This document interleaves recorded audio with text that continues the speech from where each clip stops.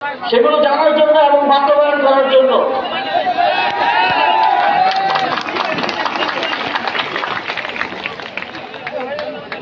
সামনে শীত, এখন প্রচন্ড শীত পড়েছে। প্রতি বছর আমরা দেখি যে উত্তরবঙ্গের মানুষ শীতে কষ্ট পায়। সেই জায়গা থেকে স্থানীয় সরকার পরিচালনা সমবায় মন্ত্রণালয় থেকে দিনাজপুরের পুরো উত্তরবঙ্গের অনগ্রসর জনগোষ্ঠীর জন্য শীতবস্ত্র উপহার নিয়ে এসেছি এবং মূলত আগের উদ্দেশ্য হচ্ছে আপনাদের কথাগুলো শোনা। আমি দুটো উপজেলা আজকে পরিদর্শন করেছি, দিনাজপুরে এবং পর্যায়ক্রমে রংপুর বিভাগ এবং রাজশাহী বিভাগের প্রায় 24টা উপজেলা পরিদর্শন করব। খানসামা উপজেলার আপনাদের কিছু উন্নয়ন প্রকল্পের ব্যাপারে কিছু প্রস্তাবনা উপজেলা পরিষদ থেকে পেয়েছি। ব্রিজ, কালভার্ট এবং রাস্তার উন্নয়ন কার্যক্রম, স্কুলের ভবন নির্মাণের কার্যক্রম। আপনাদেরকে আমি বলতে চাই, খানসামা উপজেলার এই উন্নয়ন কার্যক্রমগুলোতে স্থানীয় সরকার মন্ত্রণালয় খুব দ্রুতই হাত দেবে এবং দ্রুতই আপনারা বাস্তবায়ন দেখতে পাবেন। এছাড়াও এখানে যেই স্বাস্থ্য প্রশাসন অধিদপ্তরের যে হাসপাতালগুলো আছে, আমি জানতে পেরেছি সেগুলো সক্রিয় না। সেগুলো সক্রিয় করার জন্য এবং দ্রুত জনবল নিয়োগ দিয়ে পুরোদমে যেন কার্যক্রম পরিচালনা করা যায় এবং আপনারা যেন উপজেলাতেই ভালো সুচিকিৎসা পান সেটা নিশ্চিত করার জন্য উদ্যোগ গ্রহণ করব।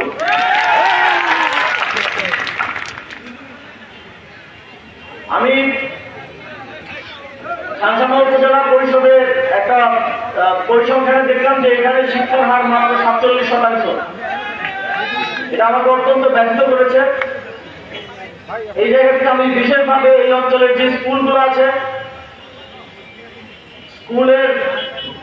সরকারি স্কুলে পরিণত করা এবং অবকাঠামোগত উন্নয়নের জন্য আমাদের স্থানীয় সরকার বিভাগ থেকে বরাদ্দ বৃদ্ধি করে স্কুলগুলোতে ভবন নির্মাণ করার আমরা উদ্যোগ নেব এবং উপজেলা পরিষদে একটা লাইব্রেরি স্থাপনের জন্য ইতিমধ্যেই উপজেলা পরিষদকে 1 কোটি টাকার বিশেষ বরাদ্দ ঘোষণা করে এসেছে।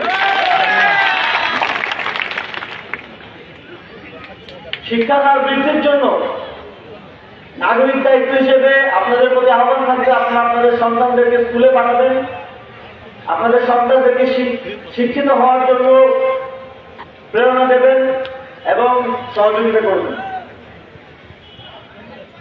আপনারা জানেন, বিগত সময়ে উত্তরবঙ্গের মানুষ আশানুরূপ উন্নয়ন পায়নি। উন্নয়ন কার্যক্রমগুলো শুধুমাত্র কিছু নির্দিষ্ট অঞ্চলকে কেন্দ্র করা হয়েছে। যে এলাকার নেতা সেই এলাকায় উন্নয়ন হতো, যে এলাকার নেতা নাই সেই এলাকায় উন্নয়ন হতো না। আমি আপনাদেরকে নিশ্চিত করতে চাই, যেহেতু বেশিরভাগ স্থানীয় উন্নয়ন কার্যক্রম স্থানীয় সরকার উন্নয়ন সমবায় মন্ত্রণালয় থেকে হয়ে থাকে, আমার মন্ত্রণালয় থেকে আমরা বিশেষভাবে উত্তরবঙ্গের উন্নয়ন কার্যক্রমে গুরুত্ব আরোপ করব।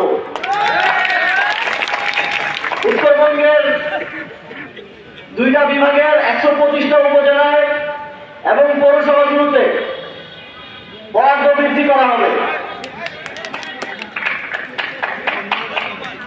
দীর্ঘমেয়াদী উন্নয়নের অংশ হিসেবে আপনারা জানেন যে ইন্ডাস্ট্রিয়ালাইজেশন অর্থাৎ শিল্প কারখানা গড়ে না উঠলে কর্মসংস্থান সহ অর্থনৈতিক প্রবাহ বৃদ্ধি পায় না এবং একটি অঞ্চলের উন্নয়ন শিল্প কারখানা গড়ে ওঠা সম্ভব না।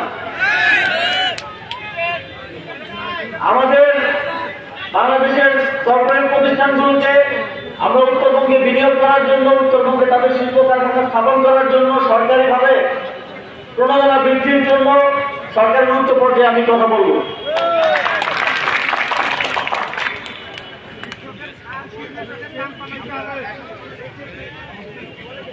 আগামী বাংলাদেশে উন্নয়ন কার্যক্রমের ক্ষেত্রে এলাকা ভিত্তিক যে বৈষম্য হয়ে এসেছে, এই ধরনের কোনো বৈষম্য করা হবে না, বরং যে অঞ্চলগুলো ইতিপূর্বে উন্নয়ন কার্যক্রমের ক্ষেত্রে কম বরাদ্দ পেয়েছে, কম কার্যক্রম হয়েছে, সেখানে এখন কার্যক্রম বৃদ্ধি করা হবে। আমি রাজনৈতিক দলগুলোর প্রতি একটা আহ্বান জানাতে চাই। একটা দীর্ঘ লড়াইয়ের পর বাংলাদেশের মানুষ যেমন ফ্যাসিবাদের করাল গ্রাস থেকে মুক্ত হয়েছে, রাজনৈতিক দলের নেতা কর্মীরা একটা দীর্ঘ সময় সেই ফ্যাসিবাদের যারা নানা নির্যাতন নিপীড়নের শিকার হয়েছেন। আপনারা জানেন এই নির্যাতন নিপীড়নের কষ্টটা কি। আপনারা আবার নতুন করে চাঁদাবাজি দখলদারিত্ব করে বাংলাদেশের জনগণকে আবারও সেই দুঃশাসনের মধ্যে ফেলে দেবেন না। আপনাদের প্রতি উদারতা আহ্বান থাকবে। আপনারা দেখেছেন চাঁদাবাজ দুর্নীতিবাজদের কি পরিণতি হয়। আপনারা যদি নিজেদের সেই পরিণতি না চান তাহলে আল্লাহর ওয়াস্তে যত ধরনের দুর্নীতি চাঁদাবাজি এবং দখলদারিত্বের সাথে আপনারা যুক্ত হয়েছেন সেখান থেকে সরে আসুন। বাংলাদেশের মানুষ আপনাদেরকে প্রাণ ভরে আহ্বান করবে, প্রাণ ভরে স্বাগতম জানাবে। আপনারা জানেন যে শেখ হাসিনাকে বাংলাদেশে ফিরিয়ে আনার জন্য দিল্লিতে চিঠি পাঠানো হয়েছে। আমরা নিশ্চিত করতে চাই যারা 24শে জুলাই গণঅভ্যুত্থানে আমার ভাইদেরকে শহীদ করেছে, আমার ভাইয়েরা এখনো হাসপাতালে চিকিৎসারত অবস্থায় আছে, বাংলার জমিনে তাদের বিচার নিশ্চিত করা হবে। তাদেরকে এমন দৃষ্টান্তমূলক শাস্তি নিশ্চিত করা হবে যারা বাংলাদেশে আর কখনো কোনো স্বৈরাচার কোনো ফ্যাসিবাদ মাথা ধরা দিয়ে উঠতে না পারে। আপনাদের একটা দাবি ছিল এবং এটা আমি অনুধাবন করেছি। আপনারা জানেন এবার বিপিএল 3টা ভেন্যুতে আয়োজন করা হচ্ছে, ঢাকা, সিলেট এবং চট্টগ্রাম। আমি আপনাদেরকে নিশ্চিত করতে চাই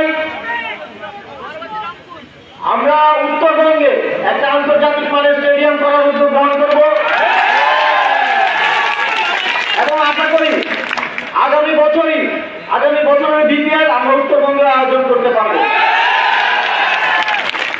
আপনারা জানেন জুলাই গণঅভ্যুত্থানের এত রক্তের বিনিময়ে আমরা যে স্বাধীনতা পেয়েছি, সেই স্বাধীনতাকে দীর্ঘমেয়াদে যাতে এদেশের জনগণ ভোগ করতে পারে সেজন্য সরকার সকল সেক্টরে সংস্কার কার্যক্রম গ্রহণ করেছে।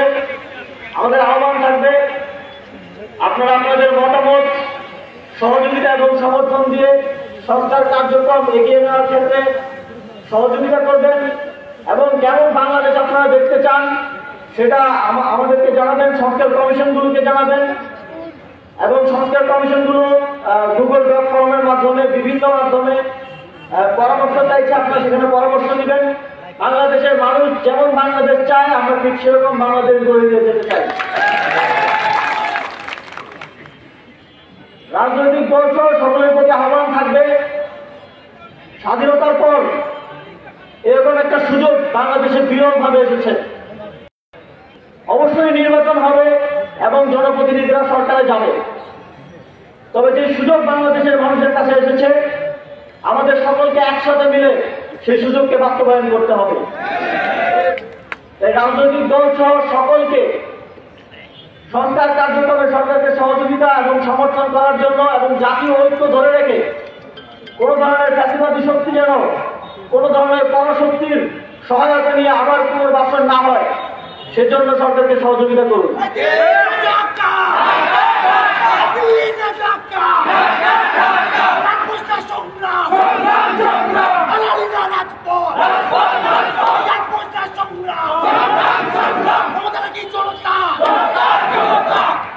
বাংলাদেশের ইতিবাচক পরিবর্তনের পরে আপনারা দেখেছেন এখানকার ফ্যাসিবাদীরা যে পরাশক্তিদের বন্ধু ছিল তারা অনেক হুঙ্কার দিয়েছিল, কিন্তু যখন তারা দেখেছে বাংলাদেশ ঐক্যবদ্ধ, আমরা সবাই ঐক্যবদ্ধ হয়ে বাংলাদেশের স্বাধীনতা এবং সার্বভৌমত্বের জন্য লড়াই করার জন্য প্রস্তুত, তখন কিন্তু তাদের স্বর কিছুটা নমনীয় হয়ে এসেছে।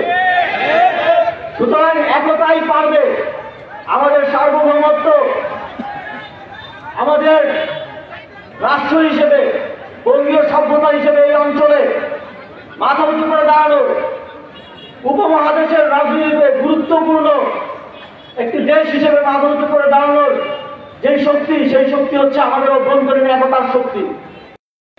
আমাদেরকে ঐক্যবদ্ধ থাকতে হবে। দেশের প্রশ্নে সার্বভৌমত্বের প্রশ্ন ঐক্যবদ্ধ যদি আমরা থাকতে পারি, তাহলে কোনো পরাশক্তি আমাদেরকে কোনো প্রকার হুঙ্কার দিয়ে কিংবা ভয় দেখিয়ে নত করতে পারবে না।